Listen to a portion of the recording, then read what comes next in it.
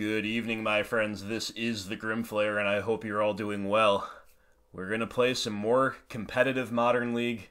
Live recorded action for you. As you can see, we did very well with a 4-1 on our last league, 5-0 in the previous league, even lucky enough to get it published. So the results have been good. Let's hope we can continue along that path with our new updated deck list, updated just as of a few hours ago.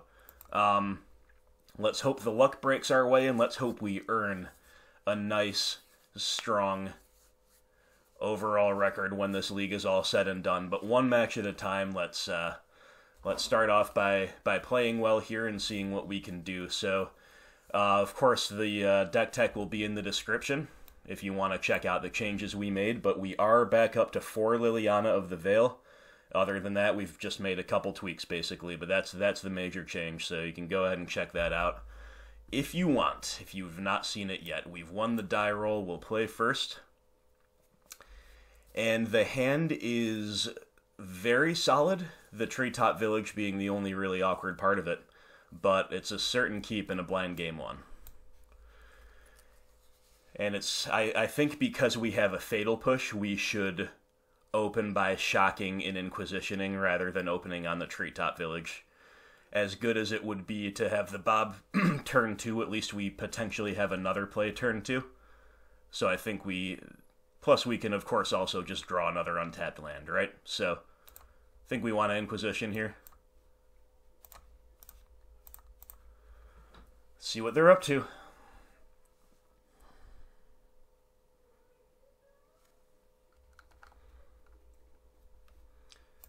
Alright, looks like Izzet Phoenix. They've got Opt, they've got Lightning Bolt, they've got Young Pyromancer, we've got answers to the Pyro. I guess we're just going to take the Bolt to protect our Dark Confidant.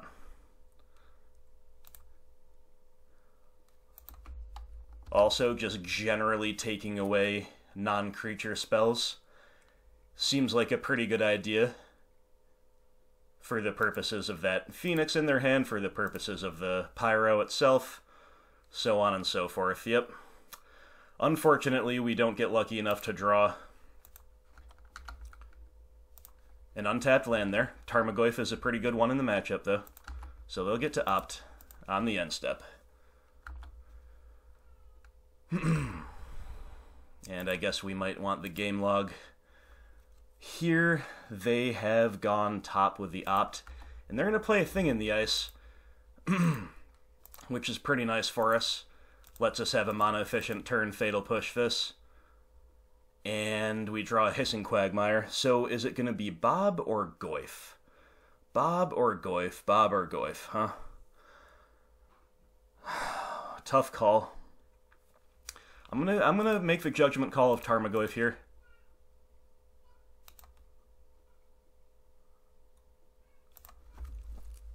Player Hissing Quagmire pass. You could really have gone either way. Both are viable.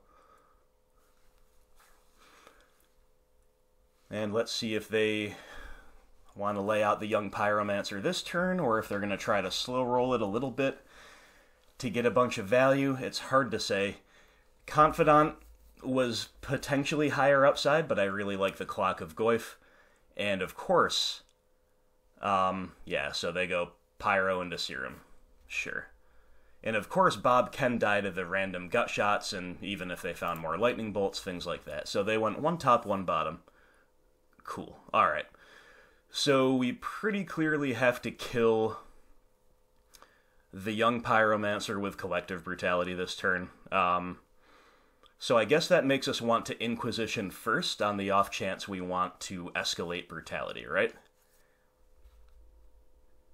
Now, the Inquisition, not our greatest draw. Maybe actually, it should be a good draw. Let's see what they've got. Okay, Faithless Looting, Sleight of Hand.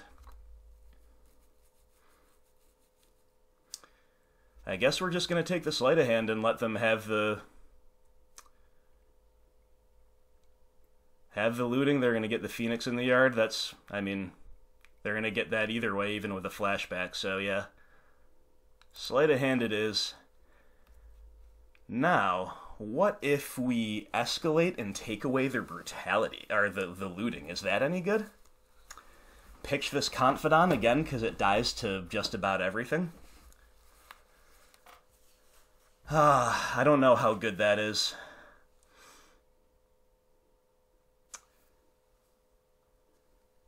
I think I'm going to go for it, though. It's kind of an aggressive line, but we've got Tracker for advantage next turn. It's probably a better play than Bob next turn anyway. I'm going to go for it. Kill your Pyro. Look at your hand.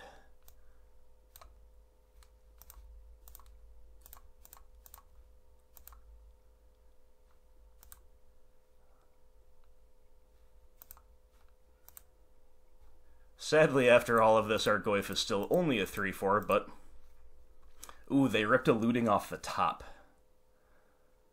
That seems pretty good. They pitch the Phoenix in the turn. They have another sleight of hand.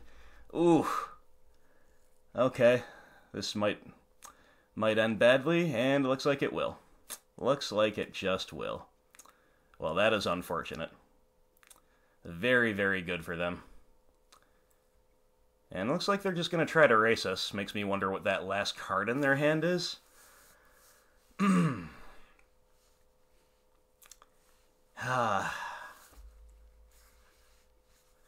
Inquisition can whiff on a lot of things here. They're probably going to flashback a looting at some point, giving us a better chance to hit a good target with Inquisition. I also think we should just play a Tracker, even if it's only a Balduvian Barbarians here. I think we need a mana-efficient turn. We need to get a body down to contribute to the race. I mean, that was a really good rip for them, but so far I don't feel like I was wrong for taking away the looting. With escalating, pitching my Bob, I think that was potentially a pretty good play. They get to find a bolt for the Tracker, though. That's a little rough. Okay.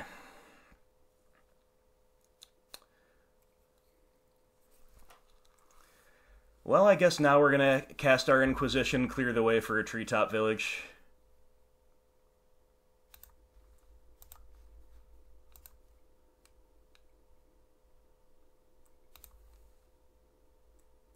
Yep.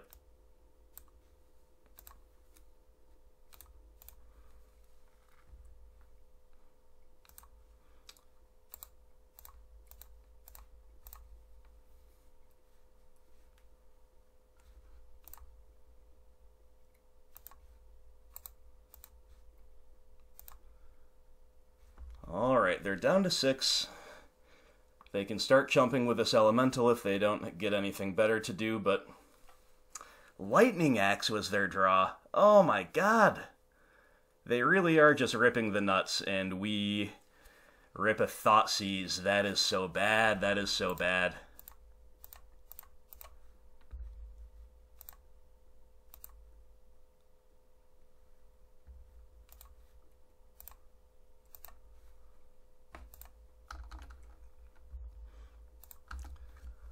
Alright, we need to fade a bolt or a gut shot. They better not have a gut shot here. That would make me very salty. Oh my god, really? Guys, I don't know. I don't know. I think that was pretty much a nut draw that we just faced. Or at least some pretty nutty rips in the mid-game, beginning with that top-deck Faithless looting to get the Phoenix back. You know, I continue to believe that we're well-matched against this deck, but that was just an example of what it can do, and that was not very, not very fun to be on the receiving end of. Now, was it?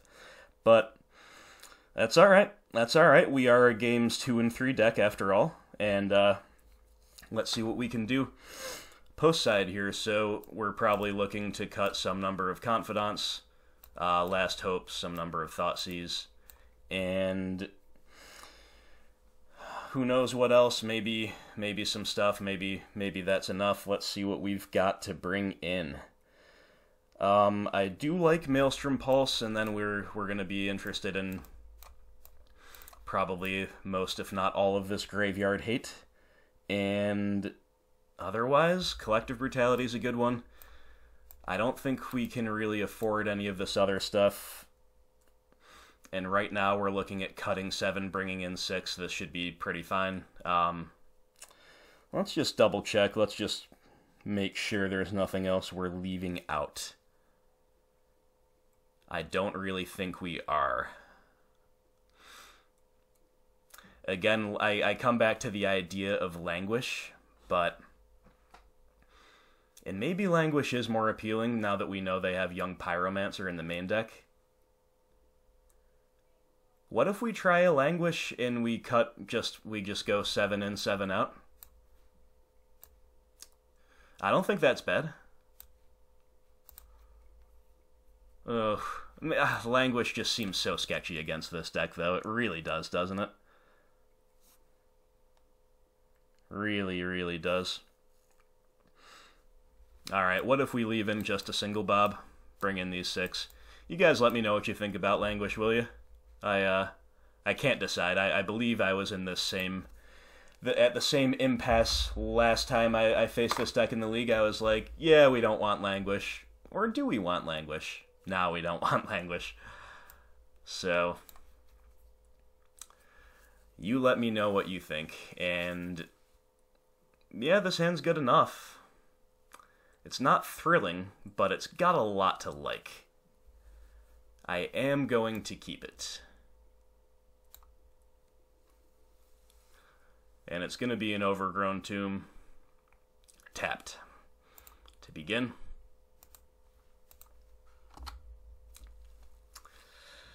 Oh, alright, well. Let's see what's going on the other side of the table here. Spire Bluff Canal. Serum Visions, eh?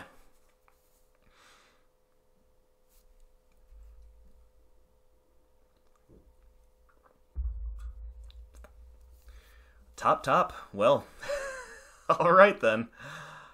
Yeah.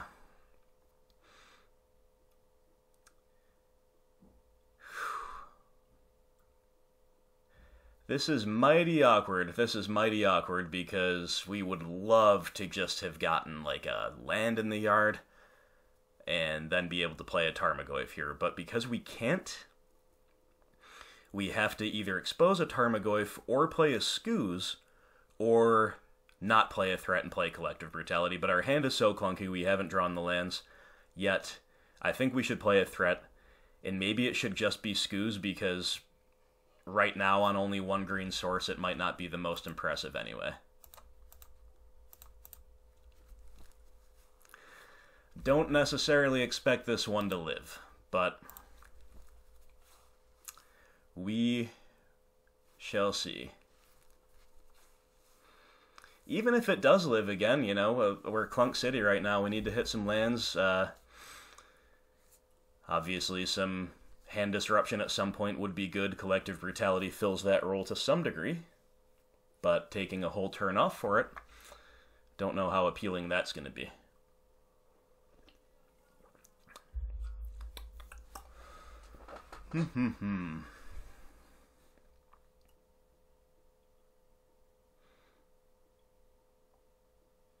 Opponent is in the tank here.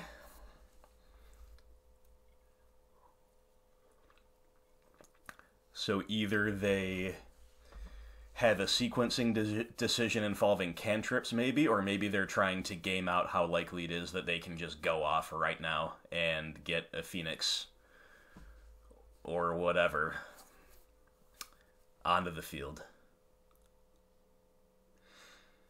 Yeah, that all happened very quickly. Game 1, of course.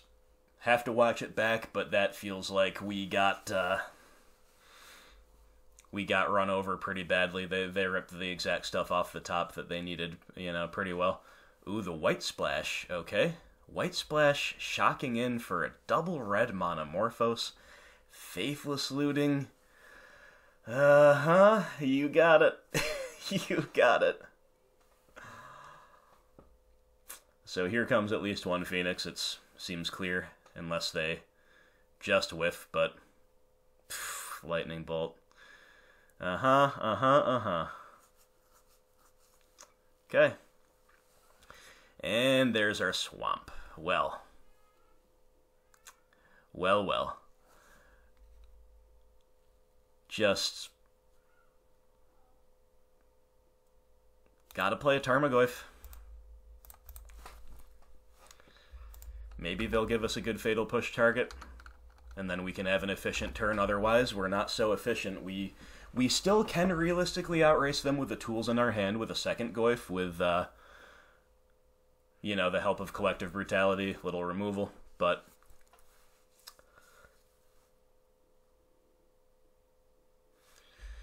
we'll see. You know, it makes you wonder what the White Splash is for. I am not certain, because I think the White Splash was probably more for Stony Silence than anything, and may indeed still be, but of course there's less need for that, presumably with KCI out of the meta, but if enough people have pivoted to Hardened Scales and to that Whir Prison deck, seems like it's picking up a lot of steam as well. So, who knows? But we could be seeing Path to Exile here. It's really hard to say.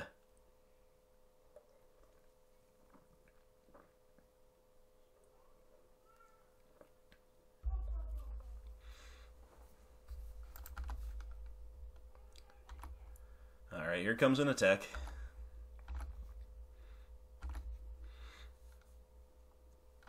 And they're going to fetch second main.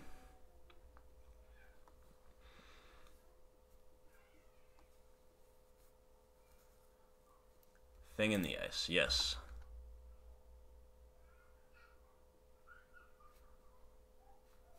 Alright, we're going to let that resolve so they make their decision without knowing that we're going to push it.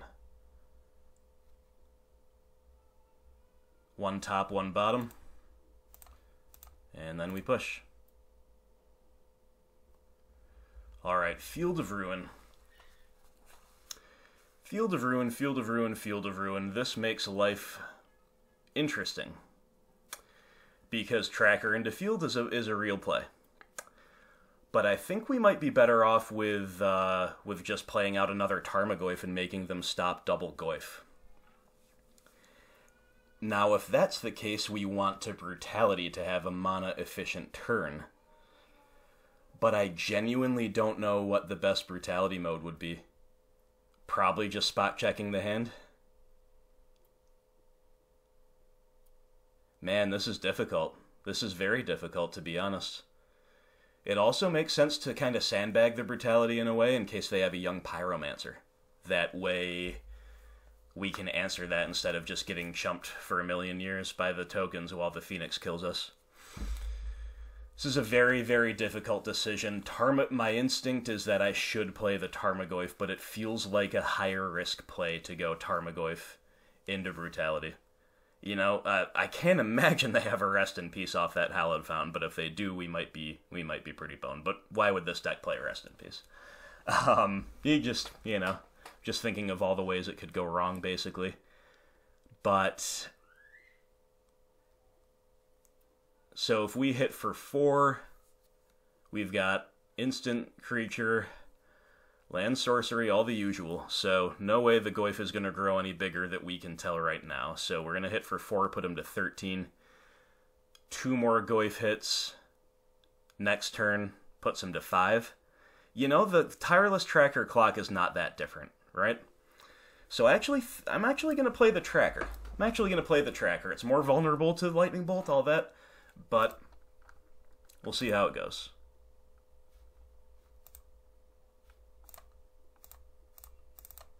We'll see how it goes for us.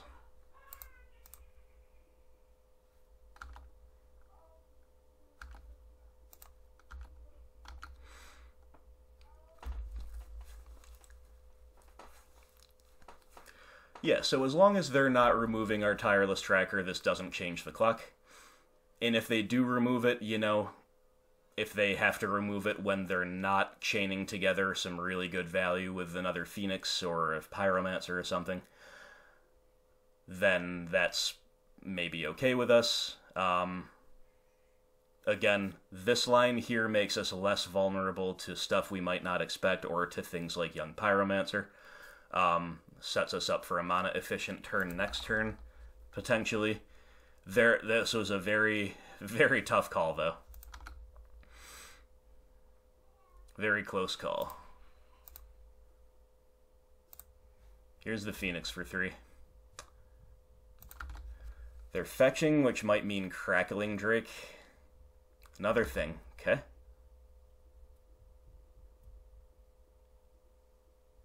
White and red for Monomorphos. Oh no, are they gonna try to flip the thing right now? That'd be a little frightening. For double blue. Sleight of hand, okay.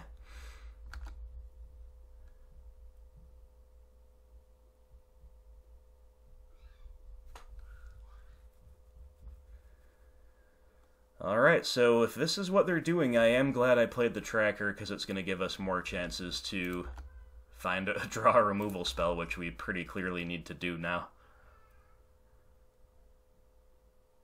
Oh no, they've got something free. No, they don't, okay. Or maybe they still do, to be honest. Well, we drew the removal spell, right? We drew the removal spell, that's wonderful. So, just in case they don't have something free, I guess we push this main phase. That way we get our attacks in without any blocks.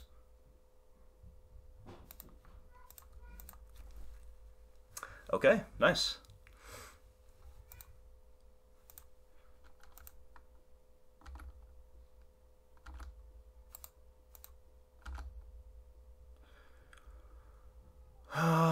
Yeah. We'll just do 7. Play another Tarmogoyf, I think is the correct line here.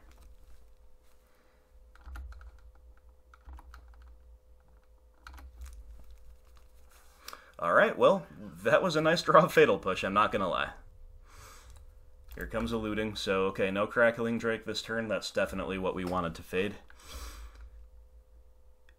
And they just loot away a couple lands, it's good value, but not gonna be enough, so they scoop it up. Alright, alright. Come back with a win game 2. Game 3 on the draw, you know, could be a little bit tougher, but again, I think we're pretty good in this matchup, so on the draw, this Dark Confidant gets worse. It's already very sketchy to begin with. So,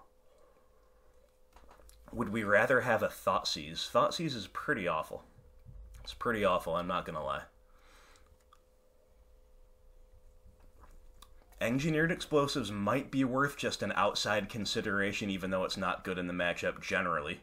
They've showed us that they're keeping things in. They've showed us Young Pyromancer, and of course EE is an out on 2 to both of those, or to the tokens on 0.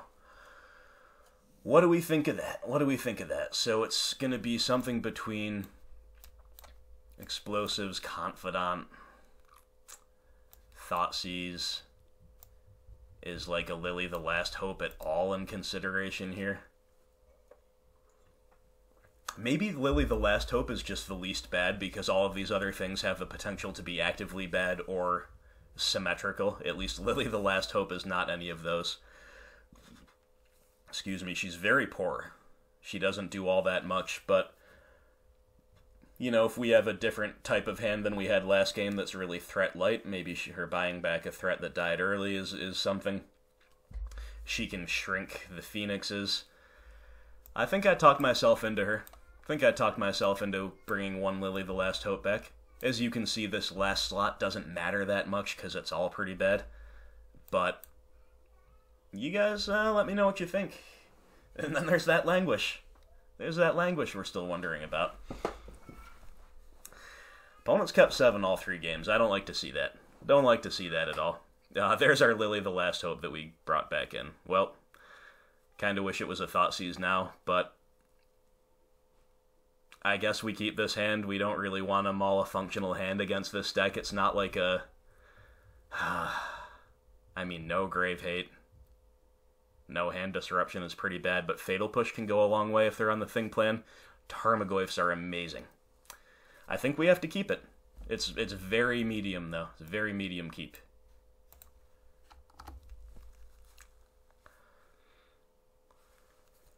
Alright, let's see what they've got for us. Fetch into sleight of hand. You got it. Okay, there's our second black source, so that's something. Not really what we wanted to see, though. We're looking for cards like Surgical Extraction, Nile Spellbomb here. Inquisition might be good. Alright, so they're gonna just cantrip and cantrip some more, huh? They went bottom with their Opt. And they're going bottom with Serum. Alright, well, it is very clearly Tarmogoyf time here. It's the one thing I'll say for our progressions here. We have had early Tarmogoyfs, I believe, all 3 games. Okay, Monomorphos. This makes me think we might be in for a looting into Phoenix turn here, but who knows? Who knows? Who knows? Thing in the ice.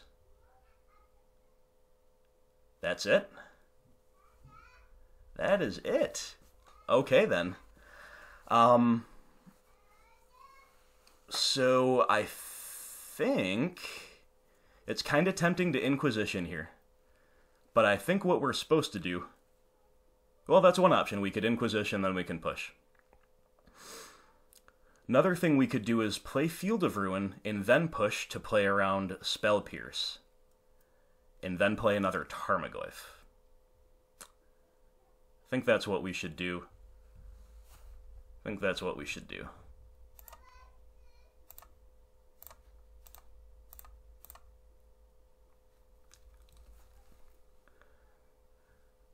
Alright, very nice.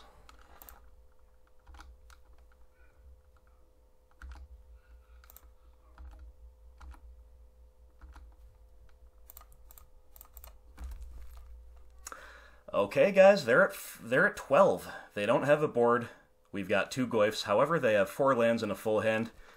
Might be Crackling Drake time here, but we do have an out to it. We've got the trophy. So, feels good. Tireless Tracker. Okay. Not something we can afford to do. Our Goyfs do trade with this Drake, but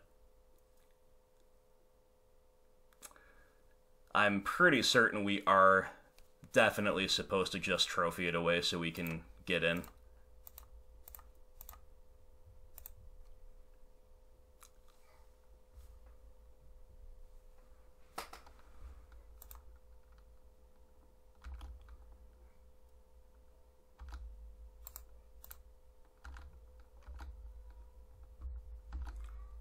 And with all due respect to Tireless Tracker, there is no way we're sandbagging that treetop village with them at 3 life, just to try to draw a clue off it. Alright, they've got all the lands. Young Pyromancer, that's a good one to make the stand with. Potentially. And they've got 4 cards in hand, 4 mana open. Alright. A couple of really interesting options here. So, option 1 is to fire up the treetop and just turn everything sideways. But in that case, we would Inquisition first to clear out a lightning bolt.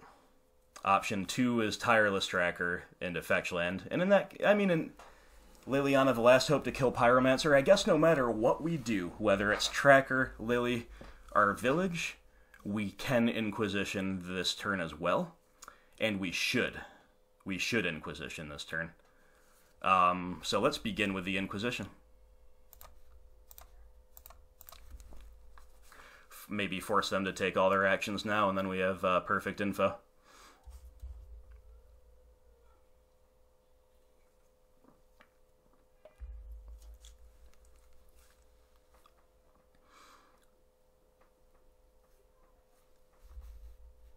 Abrade the Tarmogoyf? Yep.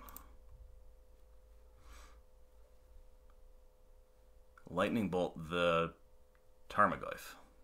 You got it.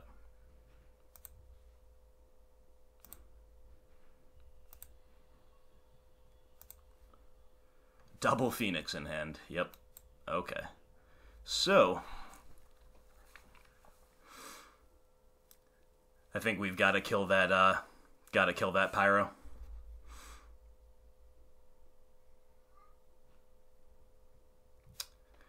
What if we just attack with the treetop, though? If we just attack with the treetop, they can chump a Goyf, and then chump the treetop, go to 1. That's fine, actually, but I still kind of like just killing the Pyromancer before it gets any more out of control.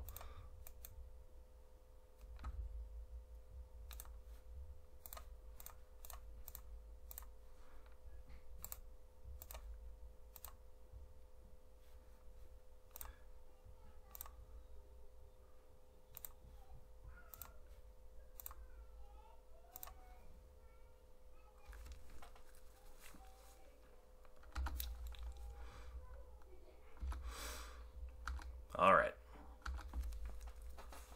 Seems unlikely that they can dedicate the resources to kill this Liliana this turn, but they're just going to play the Phoenix and scoop it up, so apparently not. Alright, my friends, we did it. We took down Phoenix after getting the rug pulled out from under us game 1. That was a little bit rough. I didn't quite say it out loud at the time, but I felt pretty much ready to win that game. Pretty much, not deterministic or anything, but solidly in the driver's seat. And then, like I said, we got the rug pulled out. Was not good, but you know what? That's what this deck does. That's what this deck does. It can turn the corner out of nowhere.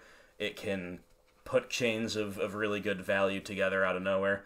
They got us game 1, but game 2, we came back with a vengeance, and we put them to the sword games 2 and games 3.